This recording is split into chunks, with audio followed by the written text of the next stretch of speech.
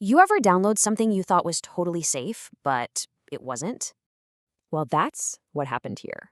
You think you're getting a Bitcoin library, you're actually getting a backdoor.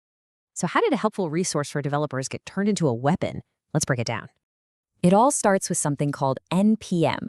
Think of it like a huge public library, but for code. But hiding inside this trusted library, researchers found a pretty nasty new threat. And this is the culprit, a new malware they're calling NodeCordRAT. It's a type of malware called a rat, basically a remote control for a hacker. It was snuck into 3 packages, downloaded thousands of times by people who were completely unaware. They were disguised to look like real Bitcoin tools, a clever trick by an attacker called WhenMoonX. So how does the infection actually happen? Well, it's a pretty sneaky multi-step process. And for its secret communications, the malware used a surprising tool, Discord. From a private Discord channel, they could run commands, take screenshots, or even steal files.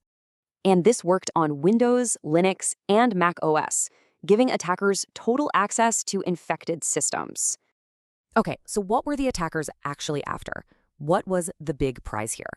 You guessed it, the main targets were credentials and, of course, cryptocurrency. This thing was programmed to hunt for browser passwords, API tokens, crypto wallets, you name it.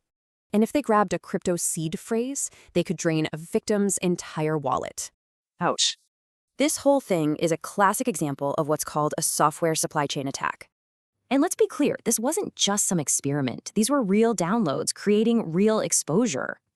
So the good news, the malicious packages have now been removed from NPM. But, and this is a big but, any system that installed them might still be compromised, which really makes you wonder, right? What's actually hiding in your next download?